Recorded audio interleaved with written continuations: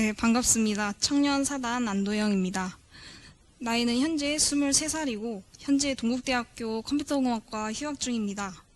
현재 국제마음공부 학사에 살고 있으며 교당에서는 현재 청년사단의 중앙과 영상미디어부 수석차장을 맡고 있습니다.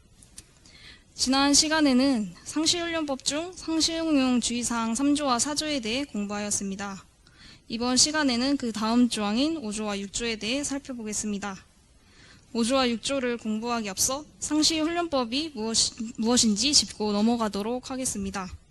상시훈련법은 말 그대로 시간과 장소에 구애받지 않고 언제 어디서나 훈련에 적공할 수 있는 훈련법입니다. 대종사님께서는 상시응용 주의사항은 곧 사막을 분해하여 제정한 것이니 라고 하셨습니다. 즉 상시응용 주의사항은 일상생활 속에서 사막을 활용하여 성불 제중을 이루는 빠른 공부법이라 할 수 있습니다.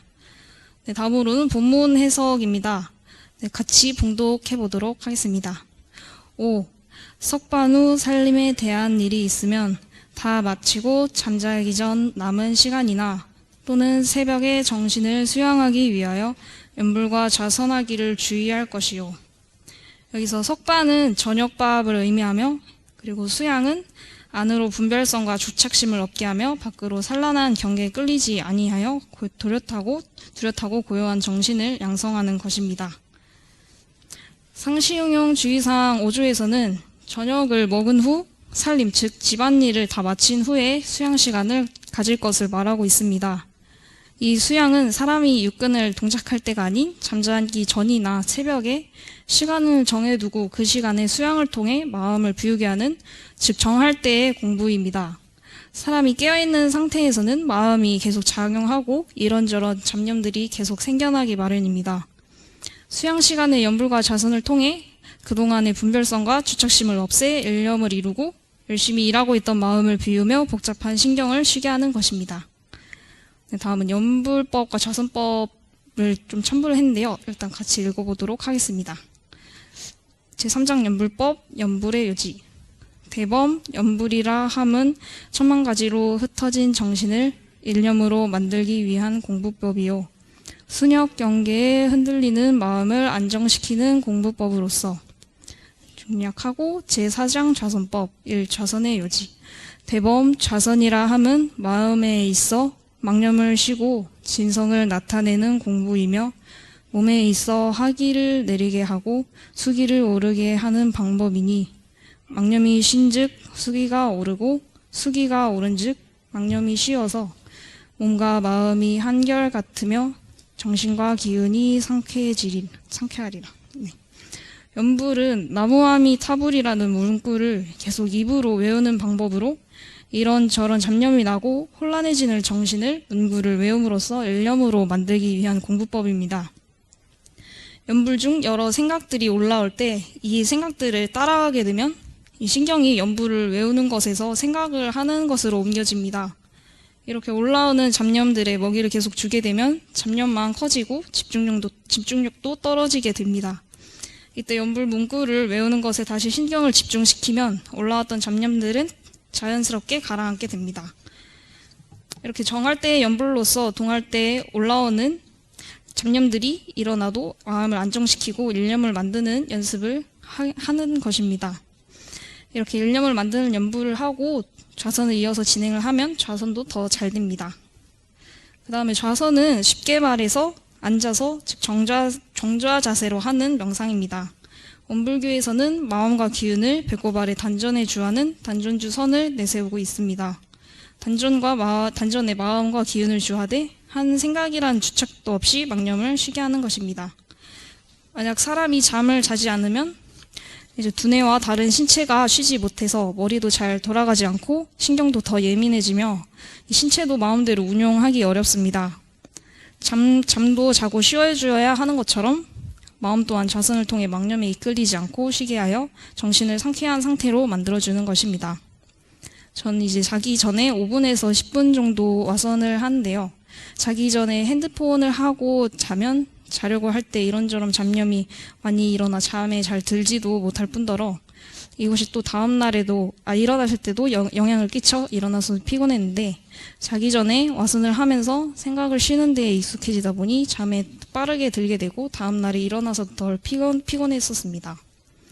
정할 때 수양을 통해 마음을 비우고 생각을 쉬는 것도 있지만 동할 때 마음의 힘을 기르기 위한 것도 있습니다. 수양 시간에 잡념을 가라앉혀 일심을 양성하고 마음을 비우는 연습을 통해 수양력을 길러 동할 때 경계를 당하더라도 요란해진 마음을 다시 온전한 상태로 돌릴 수 있도록 하는 것입니다. 조항을 살펴보면 아침, 점심도 아닌 저녁을 먹은 후에 게다가 집안일을 다 마치고 남은 시간에 수양 시간을 가지라고 나와 있습니다. 이 이유는 바로 다른 일에 끌리지 않기 위해서입니다. 사람은 보통 아침에서 저녁까지 일이나 공부 등의 활동을 하면서 시간을 보냅니다.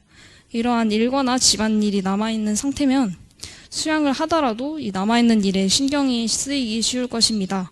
그러니 아예 하루를 시작하기 전 상태인 새벽이나 이른 아침 아니면 하루 일과가 끝나고 집안일까지 다 마쳐 그날 더 이상 신경 쓸 일이 없는 상태에서 오롯이 수양에 집중하라는 것입니다.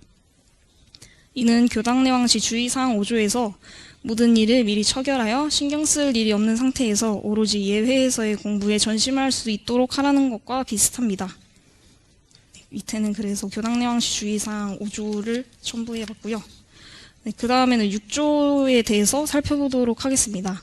6조도 같이 봉독해 보도록 하겠습니다. 6. 모든 일을 처린 뒤에 그 처릴 건을 생각하여 보되 하자는 조목과 말자는 조목에 실행이 되었는가 못 되었는가 대조하기를 주의할 것이니라. 상시응용 주의사항 6조에서는 일을 처리하는 것으로 끝이 아니라 일을 끝낸 후에 그 일이 제대로 실행이 된 것인지 되돌아볼 것을 말하고 있습니다. 1에서 5조를 공부한 내용을 바탕으로 일을 처리하고 난 뒤 하자는 조목과 말자는 조목에 실행이 되었는지 대조하는 것으로 그 일의 취사가 옳았던 것인지 아닌지 피드백하는 과정입니다. 이렇게 피드백하는 과정이 없다면 자신의 취사에 잘한 점은 무엇인지 보완할 점은 무엇인지 알지 못한 채 넘어가는 것이기에 취사의 발전이 없을 것입니다.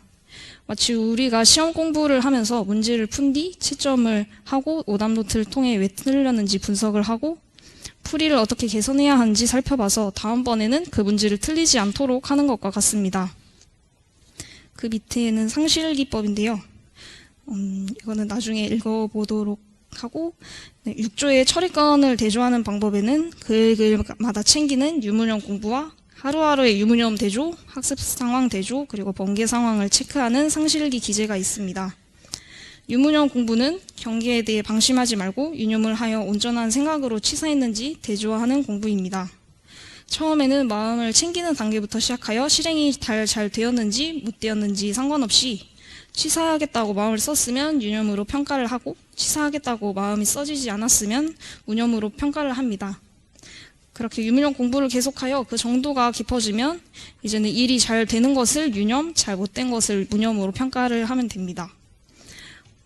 예를 들어서 공부할 때 바른 자세에 하기로 정했는데 자세가 흐트러져 있을 때 바른 자세를 유지해야지 하고 마음을 챙긴 것은 유념이고 바른 자세를 유지해야겠다 챙기지 못한 것은 무념입니다. 이후 공부가 깊어지면 마음 챙김의 유무보다 더 나아가서 바른 자세가 잘 유지되었는지를 유념으로 잘 유지되지 않았던 것을 무념으로 평가하면 됩니다. 여기서 이때 상실기법에서의 무념은 이제 마음을 비우고 경계를 잊은 무념무상의 상태를 뜻하는 무념과는 다른 의미이므로 주의할 필요가 있습니다. 그리고 하자는 조목과 말자는 조목의 대표적인 것이 계문입니다. 교법에서는 법의 등급을 통해 각자의 수준에 맞는 계문들을 부여받습니다. 상실기에는 이러한 계문의 범과 유무를 대조하여 어긴 횟수를 기재하도록 되어 있습니다. 매일매일 기재가 계속되면 그냥 지나칠 수 있는 과거의 행동들이 시각적인 데이터가 되어 쌓이게 됩니다. 그렇게 한 달 동안 기재한 내용을 살펴보면 잘 지키고 있는 계문은 무엇인지, 잘 지키지 못하는 계문은 무엇이고 그 정도가 어떤지를 확인할 수 있습니다. 이 내용을 바탕으로 반성을 하고 본원을 다시 챙겨 다음 달에 대한 계획을 짤 수 있고 이후 또 다시 봤을 때 예전과 비교해 범과의 빈도가 어떻게 변화했는지를 파악할 수 있습니다. 이렇게 상실일기를 기재한다는 의미는 기재에서만 끝나는 게 아니라 기재를 통해서 나의 상황을 눈으로 확인하고 반성을 해본다는 것입니다. 이러한 대조는 먼저 나 자신을 살피고 반성하는 단계에서 더 나아가 이후 주변의 법동지와 교무님과 같은 지도인 등 자신과 시야가 다르고 더욱 지혜로운 사람들의 감정을 얻는 것까지 이루어져야 합니다. 그래야 나의 시야에만 국한되지 않고 나의 세상에서 벗어나 그 이상의 단계로 자신을 끌어올릴 수 있기 때문입니다. 저는 국제마음공부 학사에 살면서 매일 상실일기장을 작성하고 올마다 학사 원례회를 통해 교무님께 상실일기를 기재한 것에 대한 평가와 또 자주 어기는 계문은 어떻게 지키면 좋은지 등을 피드백 받고 있습니다. 지난달 원래회 때는 김성현 교무님께서 자주 어기는 계문이나 특별히 더 챙기고 싶은 계문을 유문형으로 잡아놓으면 상시에서 그때그때마다 계문을 더욱 잘 챙길 수 있다고 하셨습니다. 그래서 저는 이번 달에 보통급의 잡기를 말며라는 계문을 유문형으로 잡아 챙겨보기 시작했습니다. 하루 끝 상시일기를 쓸 때 하루를 돌아보며 종종 이 계문은 오늘 몇 번 정도 어겼던 것 같은데 하며 막연하게 체크했던 것과 달리 유문형으로 잡아놓으니 잡기를 하게 되는 순간에 야 이거 어기지 말자고 유문형으로 정했었는데 라고 그때그때 생각이 나면서 유념이 더욱 잘 되었습니다. 이렇게 유념이 되고 나면 오기가 생겨 잡기를 쉽게 멈출 수 있었습니다.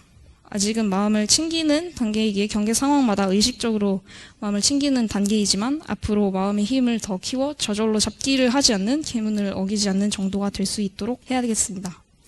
그 다음 본문은 이제 나중에 읽어보시면 될 것 같고요. 그래서 마지막으로 강연을 마치면서 이번 상실행용주의사항 내용에 대해 연마하면서 정신수양과 평소 쓰고 있었던 상실일기에 대해서 그 중요성을 더욱 크게 느끼게 되었습니다. 또한 교법에서는 이미 제 자신이 발전할 수 있는 길이 이미 잘 밝혀져 있구나라는 것도 다시금 깨닫게 되었습니다. 그리고 안암교당에서도 상실일기장 덕분에 그나마 상실일기도 기재도 잘 챙길 수 있었던 것 같습니다. 이렇게 이런 타력들에 감사하며 앞으로는 이 타력과 같이 자력 또한 병진하여 상실일기도 계속 잘 챙겨보고 와선뿐만 아니라 좌선도 잘 챙겨보면서 상실행용주의사항을 통해 더욱 발전해 나가야겠습니다. 오늘 강연 들어주셔서 감사드리며 저를 항상 지혜로운 길로 이끌어주시는 법동지분들, 교무님들 그리고 지도인분들께도 진심으로 감사드립니다.